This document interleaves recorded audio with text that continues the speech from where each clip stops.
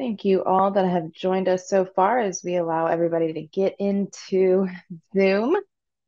Thank you so much for joining us. We have a great presentation. Some of you may have seen us in our local events on the East Coast. Some of you may be joining us from far away. So without further ado, pass it over to our tip of the month. Once again, Dan will be talking about bridge. So I will stop my share. How you doing, Dan? Doing great. Thanks, Dana. I assume you can hear me and you can see my screen here. I should have two Autodesk Construction Cloud ecosystems up. Is that what I'm sharing here? Absolutely. Fantastic. So for those of you who don't know, my name is Dan Warren. I am a senior BIM manager at CPL. And today's tip, we're going to talk about Bridge. And Bridge is like one of my favorite tools that's been added to the Autodesk Construction Cloud. So Bridge allows us to break the long-standing rule of Autodesk Construction Cloud projects don't talk to each other, or BIM 360 projects don't talk to each other. So it's a really neat mechanism that allows us to share data in all kinds of different ways.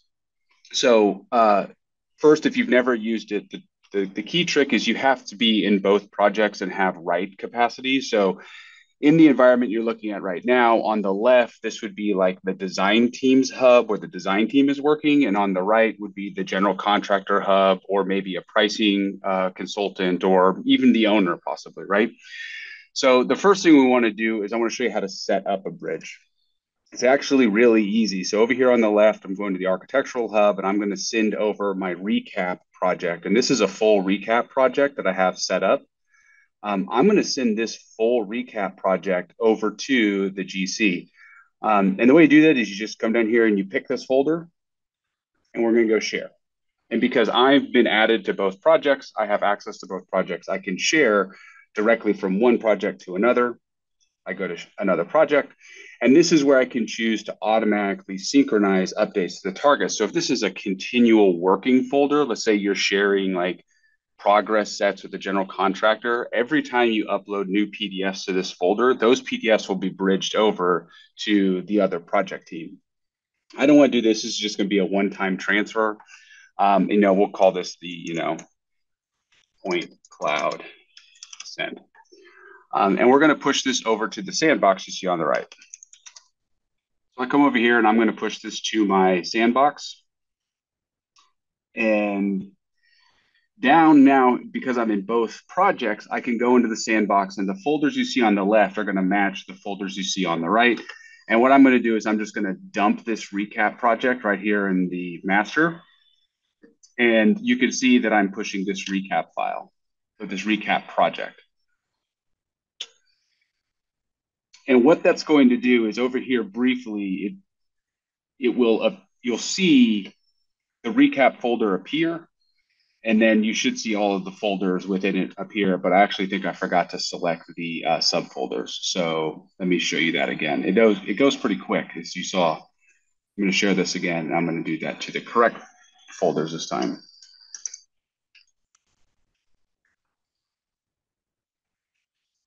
So what I really like about this process is it's hyper fast. Um, what I want you to like when you send things over, you need to make sure you include all of the subfolders, and this will capture the entire folder structure. A quick thing to note is you'll see when I push this over, this is going to flatten the folder structure out. It's not that big a deal. You can go ahead and move these folders around on the receiving side, and it works perfectly fine, especially if the entire design team pushes everything over and you get a bunch of design folders on your receiving end, you can move those around. The bridge doesn't break, the links update automatically. So I can see there's my second recap that I just sent over, and then there's the actual recap file, and then there's my actual RCP project. And in the time it took me to stall, that over gigabyte file has pushed from one project to another. So it's a great way to share like large volumes of data across ACC. The next thing I wanted to show you is this can be integrated with other processes on the Autodesk Construction Cloud. So over here on the general contractor side, I've already set up a design packages folder that has all of my different design teams. And if I jump over to the design collaboration module, what I can do is I can set up a new package. So I'm going to use the create a new package, and I'm going to just send over, let's say I just want to send over just the model, right? I don't want to send over documents, and I don't want to send over the sets. I just want to send over the model. So I'm going to go ahead and put this package together, and we're going to give it a name, structural 4. That works. Oh, I forgot to publish. I apologize. I forgot to publish my model. All right, so I'm not going to make you watch me go through that. But generally, what I would do is if I'm in controlled work sharing ecosystem, what I'll do is I will publish my model, and that creates a package. That package will then go to my other design team members, and it sends a copy of the package to the general contractor. So if your general contractor is working on a pricing set, then they get updated files every single time the design team exchanges. So it's one way that you can sort of streamline the sharing of files across the project team. Yeah, so that's pretty much it. The beauty of Bridge is it's super fast to set up and you can integrate it with other workflows. Well, So that with was that, I'm going to awesome. hand it back to you, Dana. Thank you so much, Dan. I really appreciate that tip on Bridge. Hopefully, you guys found that useful. We'll definitely post some links on Bridge if you wanted to get started on your own. Make sure that you join us in the mural.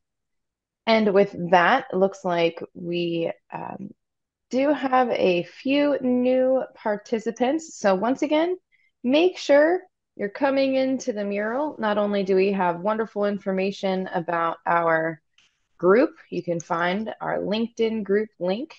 We also have all of our links to our previous group meeting and their recordings over on the very far right. At the very, very least, make sure that you're sharing your location with us. Once again, Michelle Hood, congratulations. You won a prize from last time. Make sure that you enter into the raffle to win the prize for next meeting. So without further ado, I'm going to go ahead and pass over to Virginia and Damian. They have a fantastic presentation. I want to make sure that they have the most time as possible. How are you guys doing today, Virginia and Damian? Good. Thanks for having us. Thanks so much for joining us. Where are you guys calling in from today? We are in Charlotte, North Carolina. Yep. Right in the heart of Uptown from the DLR office. So thanks for having us. Can everybody see the screen? We sure can. Perfect. We'll go ahead and get started then. My name is Damian Honeycutt. I am with DLR Group. I'm a principal with DLR, and I was the project architect for the Bed Tower project. I'm Virginia Sutton. I'm with Rodgers Builders, and I am the senior VDC manager and was working hand in hand with Damian throughout this project. So we're excited to show you what we learned. Yep. So the learning objectives for today, we're going to talk about the software, why should we use prefabrication, the overall design, coordination, mock-up. We're going to talk a little bit about the warehouses and how we built all of the prefabricated components, and then ultimately some pretty cool shots of the installation. From an overall perspective, our project was 108 beds of an install of an 8-story shell core building that we were all building at the same time. So there were 3 floors of med-surg beds that were being installed, 3 floors that were shelled, an interstitial floor of mechanical, plus the podium of the entranceway and support spaces underneath. All total, it was 260,000 square foot of an addition, 27,000 square foot of a renovation. The overall budget for the project was $130 million, and the final came in at 120. So through the use of prefabrication and other means, we were able to save $10 million off of the project, and the overall construction duration was 20 months. So we just wanted to touch on some of the software. Obviously, this is a technology group. We use BIM 360 document management, and that was through the owner's hub through Atrium, and then the design collaboration portion of that. And then they did not own glue or field. And so on the Rodgers hub, we managed the glue side and then also the field side where we were running all of our punch list, our issues, all of our document access for drawings and model viewing and stuff was going through both of those. So, and then we use Navisworks Manage as our clash detection software. The big thing that we wanted to point out specifically about the software and how we had docs set up was the image that you see there on the right. We were a very collaborative team from the very beginning, and we were all brought on basically at the same time. Damian will talk to it a little in a bit, but we housed all of our models in the same space. So there was a lot of trust built into this entire team. The boxed Revit models that you see there, those are all of the trade contractors models, and then all the unboxed Revit models are the design models. So everybody had access to edit everybody else's models or delete them or whatever. And so that was instrumental in having that trust in order to make sure that we could operate in this type of platform and environment. Why prefabrication? We get that question a lot, and honestly, it's why not?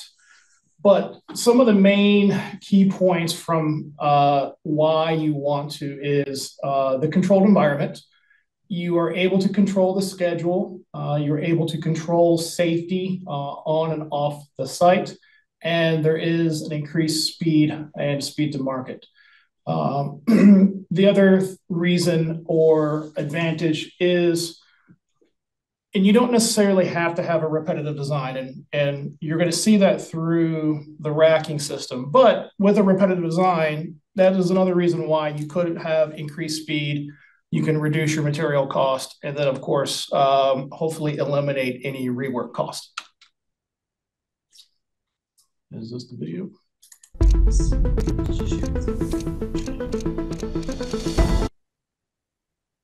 Share sound. It stopped. What is it?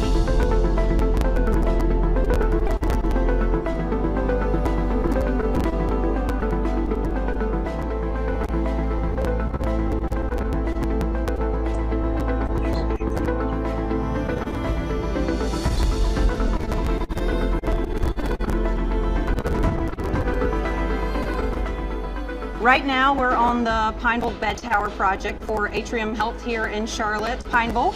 We had just completed a similar bed tower project that was traditionally built, stick-built, on exterior masonry construction. At that point in time, we started to think that there had to be a better way to improve speed of market. There's a lot of waste in construction, and prefabrication helps us eliminate that waste, both in design and in construction.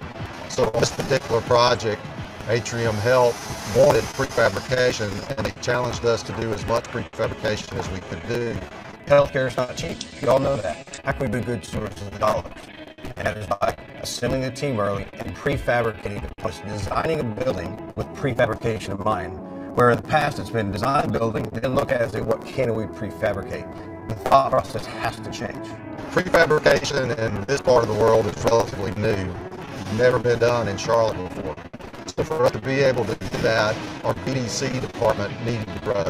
VDC, or Virtual Design and Construction, is the process of taking plans for a project and putting them into 3D in a building where you can really see what you're going to do before we even start building it in the field. We have been able to create a rack that can be replicated over and over again. It's allowed us to build the racks in a warehouse on the ground so they can really pick up speed and install them quickly. And then once we bring them up to the field, so much of the system is already put together that we can lift up a large portion of what the overhead would typically be all at once, which really eliminates a lot of the time that we have invested and allows us to reduce the amount of labor and workers that we have out on the job site. Our end goal really is to just help reduce the amount of time and materials used on a project to deliver them to the owner sooner. we immediately told ourselves we don't want to do prefab just for the sake of doing prefab. I mean, it's kind of a trendy thing to say that nowadays. We wanted to make sure it brought benefits to the project. First and foremost is safety. Prefabrication, when you're in a controlled environment and everybody's working at waist level and ergonomically it's better for them, it's just much safer. Second thing is quality. When you're, again, in a controlled environment, you do a much better job with making all the connections properly, making sure things are fastened properly, and you get a higher quality product. It also helps from a schedule standpoint because you can start this work a lot sooner. So these bathroom pods were actually under construction while we were still coming out of the ground on this structure. So that would never happen if you were stick building. Same thing with the overhead racks that's behind me. Those all started several months ago, way before the building was ready for those racks to go in. What I think you're going to see here, not only in the Charlotte market, but other markets, is you're going to see a lot more prefabrication that takes place. The advantages to it become clearer and clearer as skilled labor becomes harder and harder to find. This project gave us the opportunity to introduce prefabrication to the subcontractors in Charlotte. And so our hope is that they learn from this project and want to do this on other projects and help us convince other owners that this is the right thing to do. Getting brought into something with this level of complexity was really exciting for us because Rodgers Builders is one of the premier contractors in our area and in the state. So we know there's a shortage of labor in the industry. We're going to have to get smarter. We're going to have to use our labor more efficiently. MSS thinks that the future of commercial HVAC is prefabricated efforts. We can do more in our warehouse quicker with the same amount of guys. 10 years ago, if you looked at prefabrication in the electrical industry as a whole, it was more of a contractual obligation. Now this is a mindset. And now it's what can't we prefab? As tradespeople, we're proud in our work, we're proud with what we do. It takes a lot of planning, it takes a lot of time invested in the project, but at the end of the day, this project will come in under budget and significantly under budget based on the type of project that it is. It's wildly successful. You can see it here. I mean, the accuracy of those compared to the model are incredible. So the success of these racks really has contributed to Rodgers Builders and the trade partners of Performance Fire, Precision Plumbing, Adams Electric, and MSS. Without them, this would not have been possible. But it's just amazing what we've been able to accomplish here on this job with this team to be doing it for the first time. I'm just real proud of the effort that went into this project.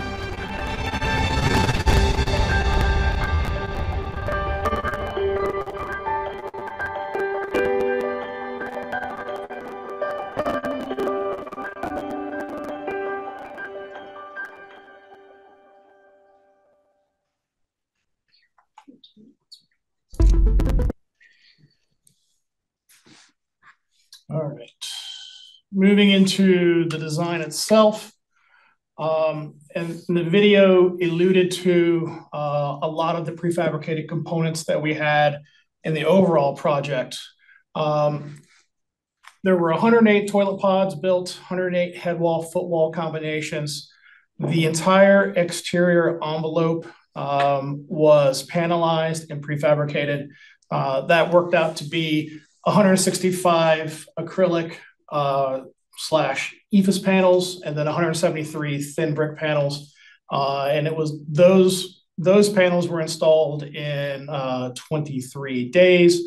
The electrical panels and portions of the electrical rooms were prefabricated, and then of course the multi-trade racks, and there were 27 racks over 3 floors.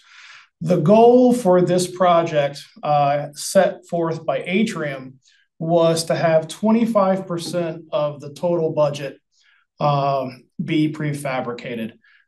We ended up with, at the end of the day, 36% of the total budget. And it was just like what Mr. Schroeder was saying, it was wildly successful.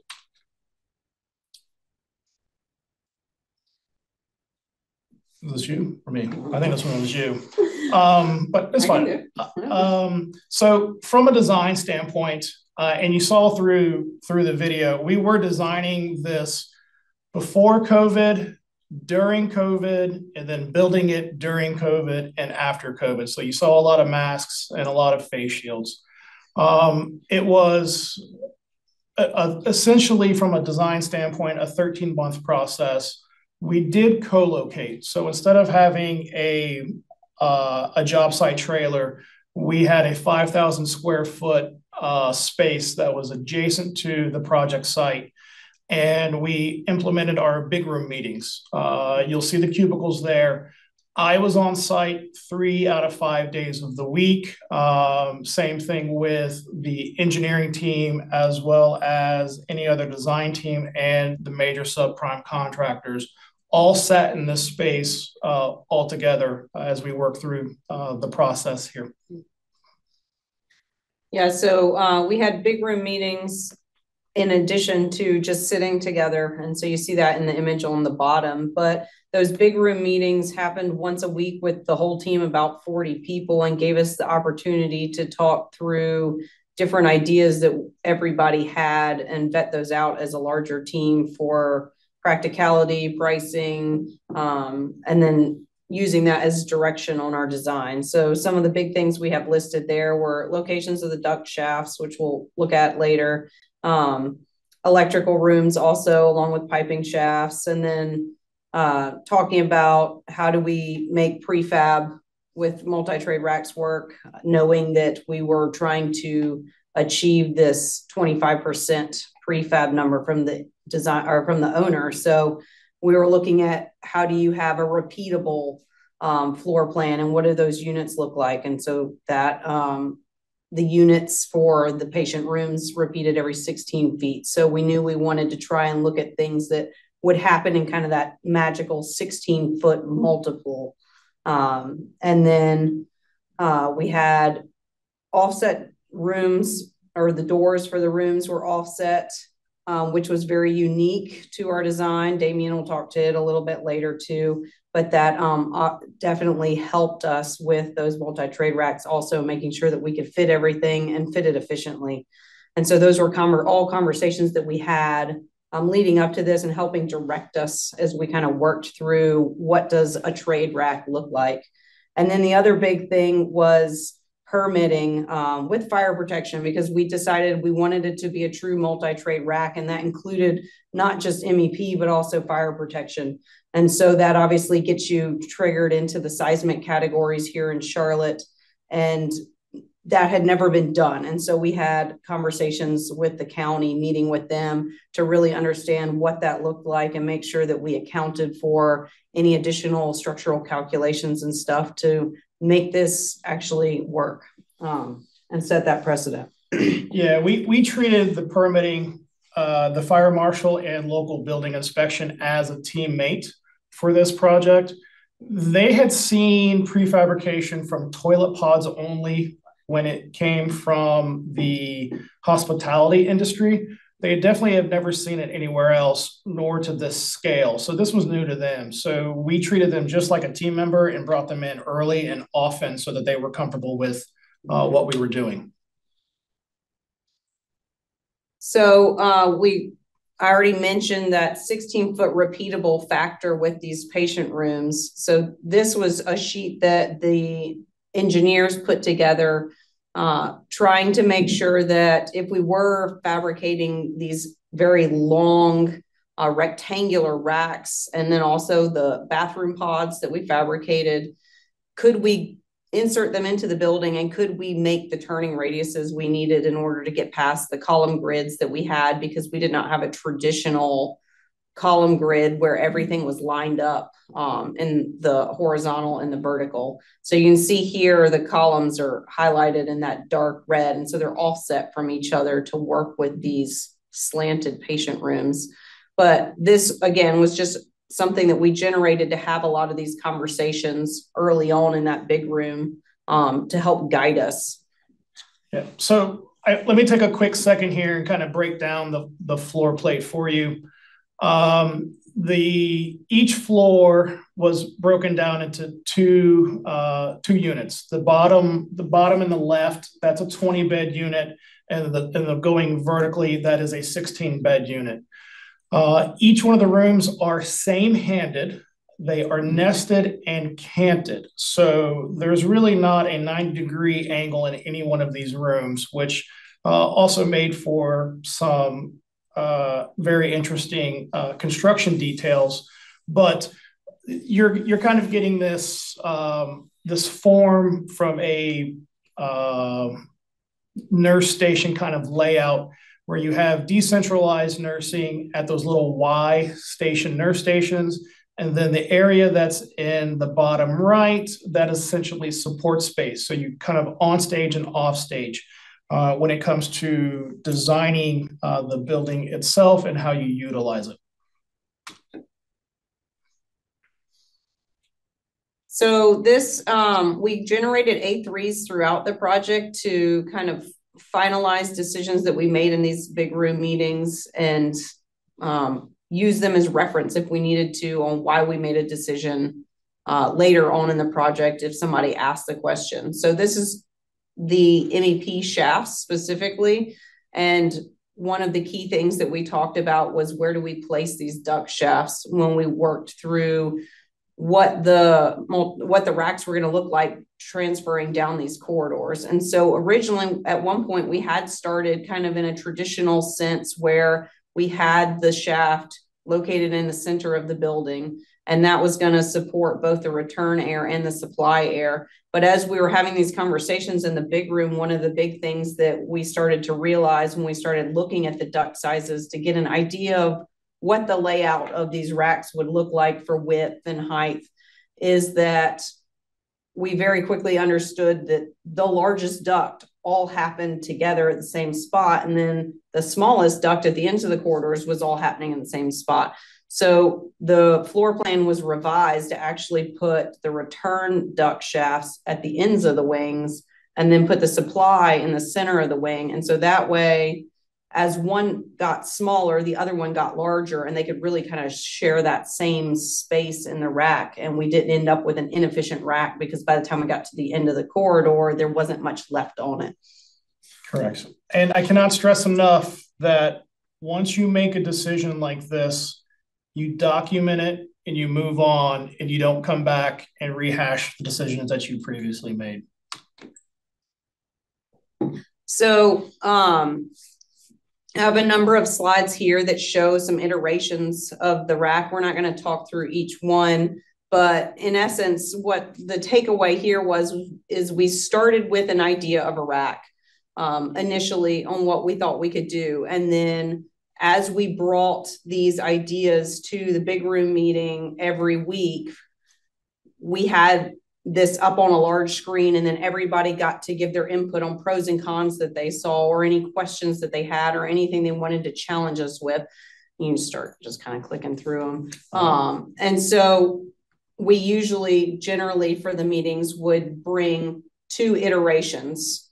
And so then everybody could kind of rank the pros and cons between those 2 choices too. Before you get too far. I don't want to foreshadow here, but you can see a clash already happening through the middle of the duct that's running through the space with one of my designs for the soffit. So this was one of the early iterations, and this is where the back and forth kind of went through from a design standpoint and a constructability standpoint. So I'll talk more about this in a minute. Yeah. So we ended up on an iteration 8, I believe is where we finished. So Damian's kind of clicking through them. You can see them evolve. It ended up getting larger to where we stopped at a 12-foot wide rack, or just shy of 12-foot wide, which was the stopping point that we had decided on in order to try and make sure that we were meeting DOT requirements with wide load permits and everything. And then it was 32 feet long. So again, that's that multiple of 16 for the repeatability of the patient rooms.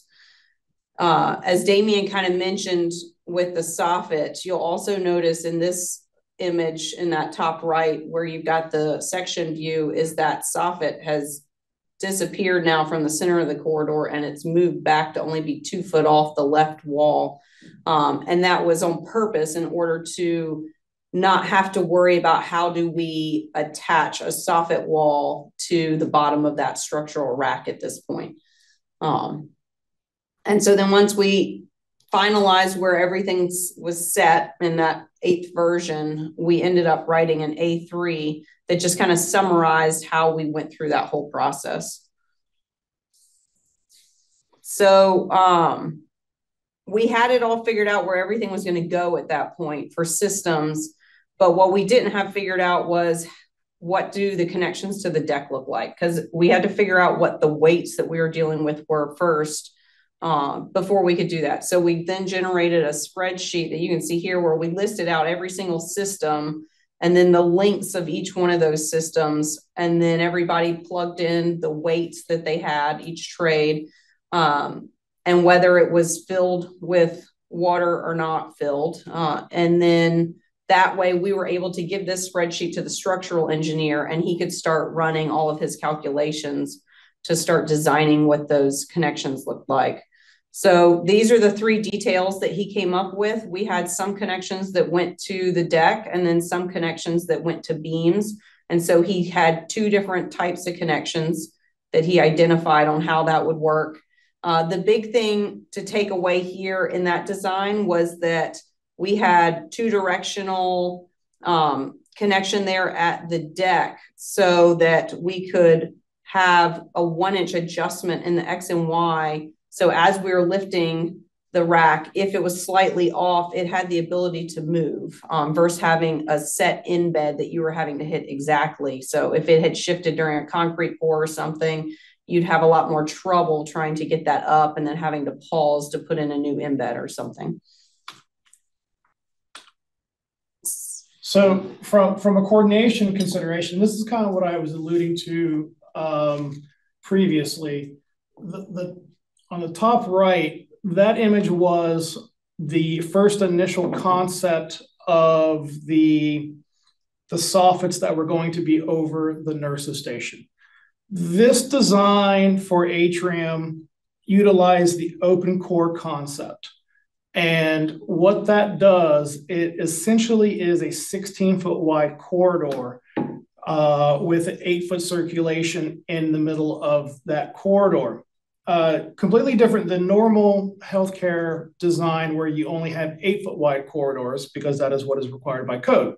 So as we were trying to work through that and that initial design, we were realizing that from a coordination standpoint, as well as an access standpoint, how do you maintain it? How do you build it? How do you install it? And then, ultimately, when they live with it, all those type of considerations go into that.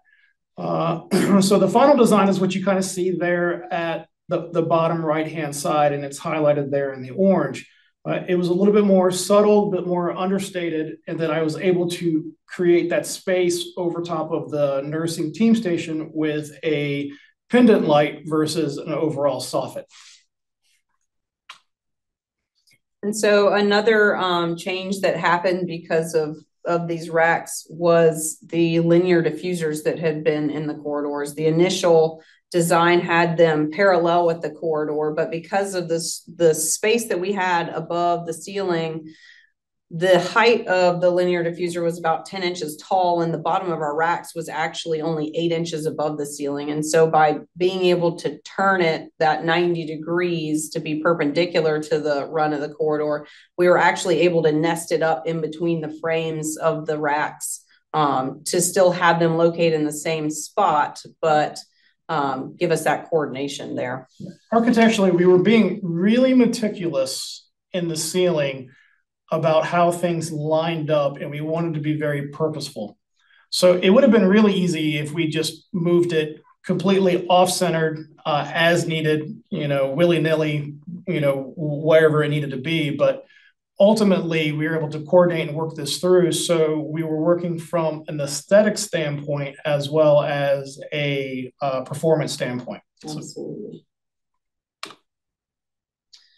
So once we knew where everything was going to be located on the racks and worked through that ceiling coordination, we did also need to understand how are we actually attaching all of these systems to the rack, so that they knew how to fabricate everything with all the miscellaneous steel that we need to add in.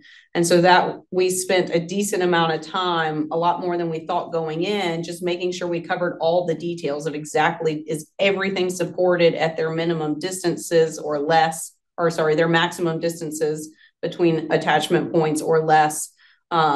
And what does that look like? And does that start to create a problem once we put those in with another system being in its way? So this is just some images of kind of all that population coming in with the hangers, the punch templates for the conduit, and the extra unistrut that was added in. So we did, in order to be able to have conversations easily with everybody and reference individual racks, we did create a drawing that showed those rack naming conventions. So we had a wing A and a wing B. So it was easy enough. We just started with the number 1 in the center of the building and then worked our way out to the end of the corridors. But that gave us the frame of reference to reference each one individually. And then we also generated structural drawings once we had all that miscellaneous steel put in for the hangers. And so this is what the first page looked like. It was 2 pages worth. And this was given to MSS, our mechanical trade, because they were the ones fabricating all of these steel frames. And then the second page looked like this. It was an isometric to give you the dimensions and the references for all of those extra pieces of unistrut that would have happened in between the different frames, the 5 frames that we had. And so then we started working on the actual rack drawings themselves. So we had 3 sheets that we generated for every single rack. So there are 27 racks because they varied even from floor to floor, even though they were basically the same floor plan. Some of the services that we were providing for the type of patient room varied a little. And so our pipe sizes or something would change from floor to floor. So the first page was everybody together. And then the last 2 pages was just split out individually by plan view and section for each individual type of system so that they could be tagged and dimensioned for easy reference. Keep going. So then we created mock-ups. So we had 3 mock-ups total. This was mock-up number 1.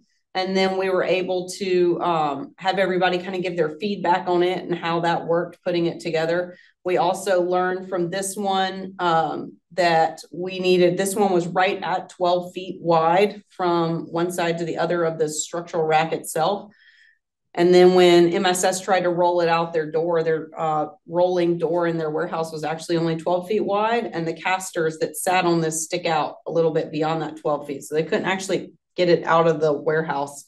They have a wider door now, but we were able to easily modify it, luckily, and bring the outer HSS members just inbound of the verticals without having to modify anything. So we really just got lucky there. And so that was mock-up 2. I like to say that it didn't fit through the door because they didn't model the casters. And that is still on my punch list to remove the casters from the racks. And they are, yes, they are still in the ceiling. Yes. The other key thing I want to point out here is the gentleman that's in the hat on the far left, that is the mechanical inspector. He was brought in and reviewed the racks as prototypes, and he had input at this level as well. And then he inspected and reviewed when all the racks were completed in the warehouse before they were delivered to the site. Right. Yeah, so what LOD do you think modeling the casters would take you to? That level of detail, 750. They got left on, so technically we probably should have been clashing them, but so mock-up 2, we actually installed in a full scale mock-up of patient rooms and corridors too. It also gave the opportunity for Atrium's POM team to come in and actually walk it and look at how the rack interacted with the ceiling grid for access to everything.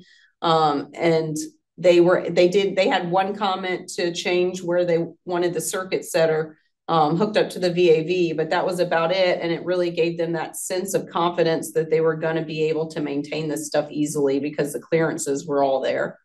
The other thing here is, one of the other reasons why we wanted to do the rack was we were pulling anything that needed to be serviced out from over top of the patient. So everything is now inside of the corridor so that if anything ever went sideways, it could be maintained from the corridor. They would never have to affect or relocate a patient inside of one of the patient rooms.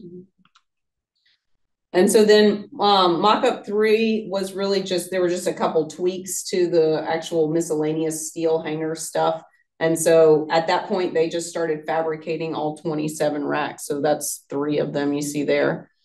So just kind of how did it work in the warehouse itself? MSS had just moved into a new warehouse and had a nice space in the back that was empty.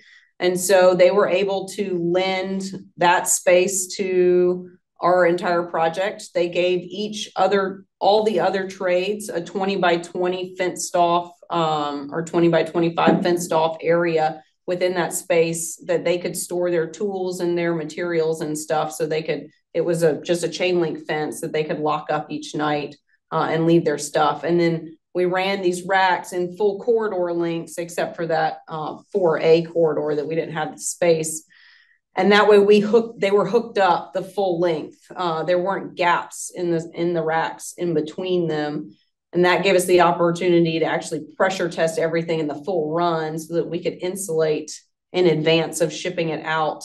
And then if we had a pressure test issue, once we were out in the field, once it was hooked up, we at least knew it happened in between the racks and not on a rack to try and track all of that down and rip insulation off. So this is just kind of what it looks like inside the warehouse. They did have some control points there to help them set how far apart the racks needed to be from one another and get all that lined up. They also did, they sent, one of their newbies out there that was learning how to weld all these names on. And then they also tagged them with tags so that once it was lifted up above our heads, we could still see the name of the rack. And so then for lifting purposes, they had a D-ring there that you see attached. They had 4 of those around each rack to lift it with the tower cranes. So we did generate some rack install phasing drawings also for them that they were able to print out full scale and then put up in the warehouse for everybody to reference on who had what order. And so then these are just some pictures showing that the VAVs going in first with the ductwork and then the mechanical pipe and then the fire protection. So basically we started on the middle and worked our way out to the edges. And then we came in and put the return duct on the top outside of the rack after the fact. So we hadn't put any of that big duct work up top that would prevent people from being able to easily get to the middle level of piping to install. And so then this is just an example of that test report that we did for the pressure testing in the warehouse. And then the other big thing that we did before we shipped it out to the job site is Atrium requires asset tagging. And so we were able to asset tag all of the equipment that was on the rack while it was still on the floor and also tag all the valves. So that really saved us a lot of time not having to go up and down ladders on the job site above our heads trying to apply all this stuff. So they transported to site, they picked up some cranes, they transported half of them in preparation and staged them on the campus beforehand. And then they transported the rest the next day and started lifting them. So these are just some images showing that. And then skip that. They just slowly push it out. The lift was just there to stop it in case it started getting away from them so that it wouldn't continue rolling. So this is just what it looked like pre-staged. And so we had figured out how it was all being lifted in to be lifted in order to roll to the right location without having to jockey them around. And then there's a lifting video. Is this the video? There's the video. It's sped up really fast, I think. There it is. Do it one more time. I wonder if it will play better without video or without sound. Change. Yeah, share sound. Although Okay. the chipmunk sounds interesting.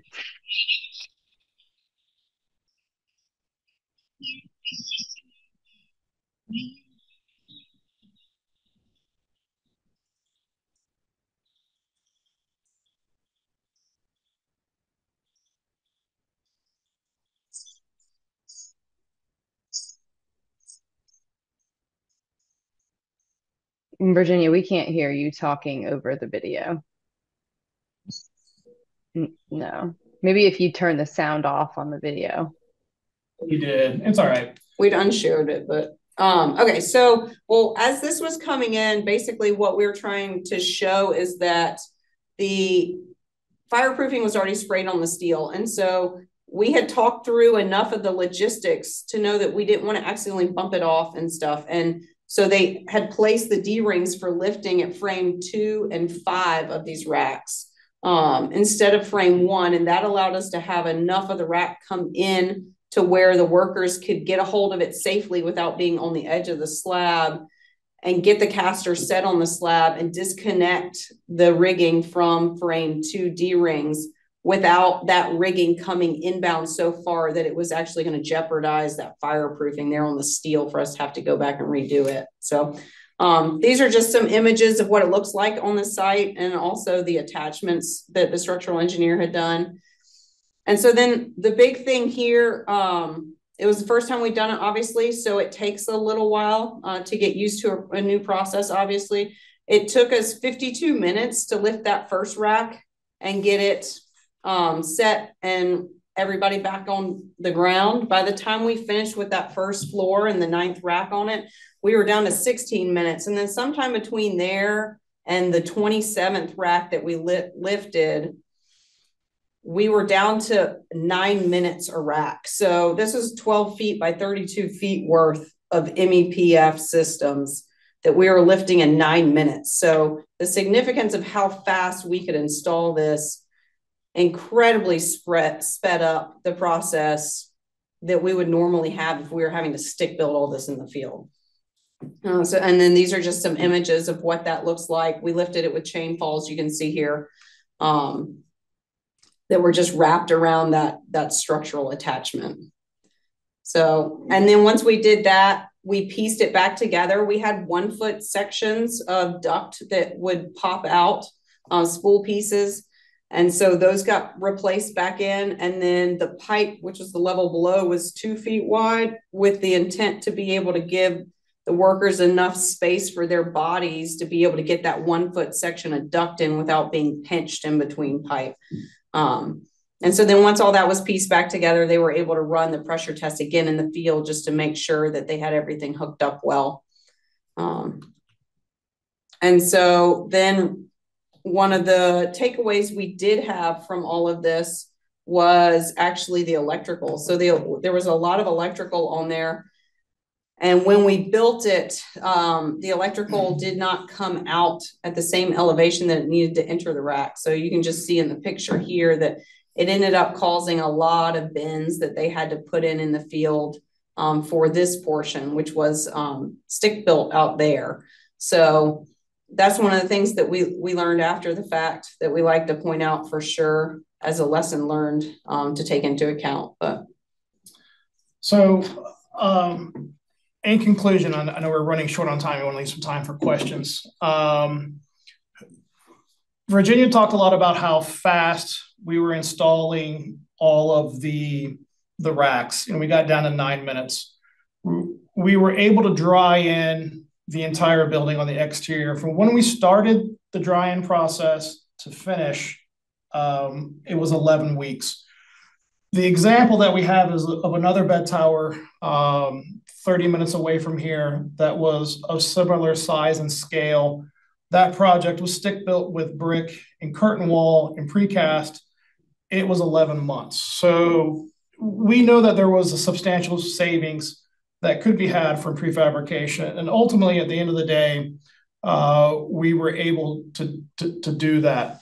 So when you look at this from this standpoint, we were able to open the tower 90 days ahead of schedule.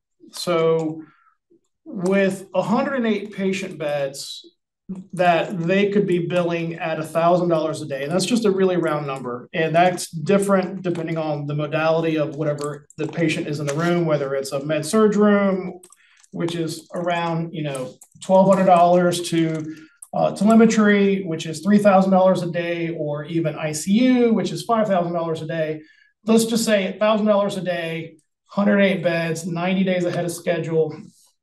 ultimately, this is allowing the owner to generate $9.72 million of revenue just by us opening early. And that was all due to the prefabrication efforts. So remember, I was asking earlier, why should you prefab? And my response was, why shouldn't you? And this is the reason why. So there's our contact information. I believe we also have it in other locations too. So yeah.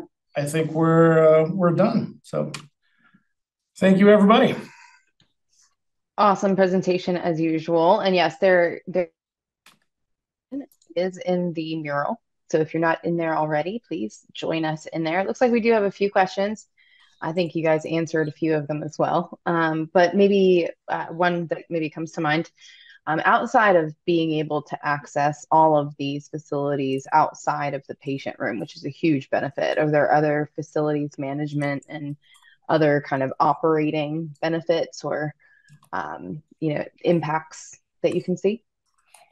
Yeah, I think both of these are kind of related in a way.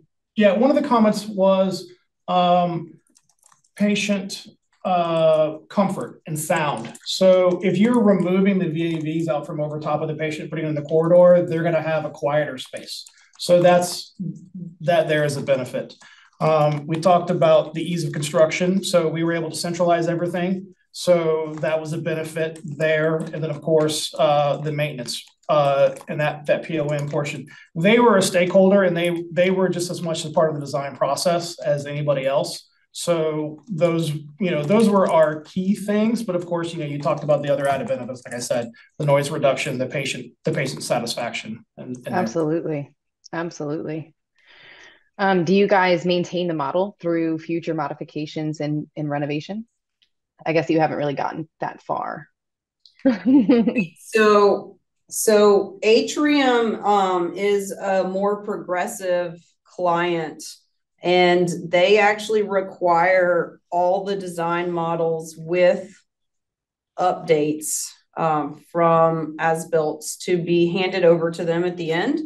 And so we were maintaining these models as we were going along throughout the entire process. So Damian's team and the engineers were weekly making sure that they were capturing any changes that had happened over the course of that week through coordination, or once we were past coordination, if there were any modifications that were happening in the field, and getting those updated so that by the time we got to the end of the project, we actually handed over these design models as record documents with the incorporated as-builts to Atrium. And then Atrium brings all of that new construction information from the models and puts it into their big master campus model. And so they manage all of that. We obviously both keep copies of all of these models in our own in-house records too, in case we need to go back to them in the future. But Atrium does utilize all of these models they collect, and they give it to the designers for the next project that they are putting out, so that designers are starting with whatever was handed over. So obviously that can be based on the quality of what the designers are handing over, and whether or not they're actually doing their due diligence to keep the models updated. But on this project, we were very intentional about making sure that we were handing over the best product that we could for them. So fantastic. Well, any final thoughts? Looks like we have a minute or two that you or Damian would like to share. Thank you so much. This presentation, as usual, has been fantastic. Yeah.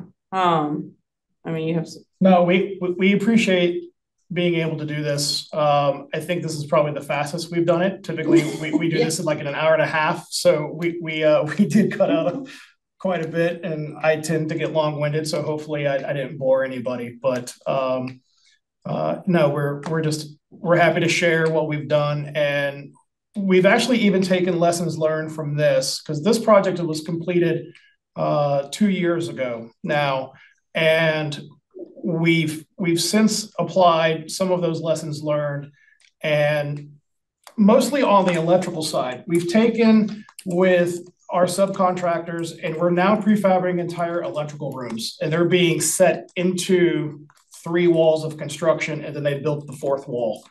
We're doing complete underground utilities for electrical switchgear rooms now off-site, and then bringing those in and backfilling. So what underground would have taken 2 to 3 weeks is now being done in 3 to 4 days. So this is an ever-evolving process. It's going to continue, and there are going to be more. And it's just at some point in time, this is going to be standard practice. I really do hope so. Well, thank you guys so much. Thank you all to our participants and attendees that were able to make it today. As usual, you'll be able to get to this recording very shortly on our YouTube channel. Thank you so much. Well, I'll try and get these other comments that are in here on the board. I'll give some comments back, but if we don't fully answer somebody's question or they have any, if you have any additional questions that you come up with, please feel free to email Damian or I. We're more than happy to make sure that we get you the answer that you need to understand your question. Absolutely. And thanks again. So we will say goodbye to all the participants, and the advisors and presenters will stay on. Thank you again.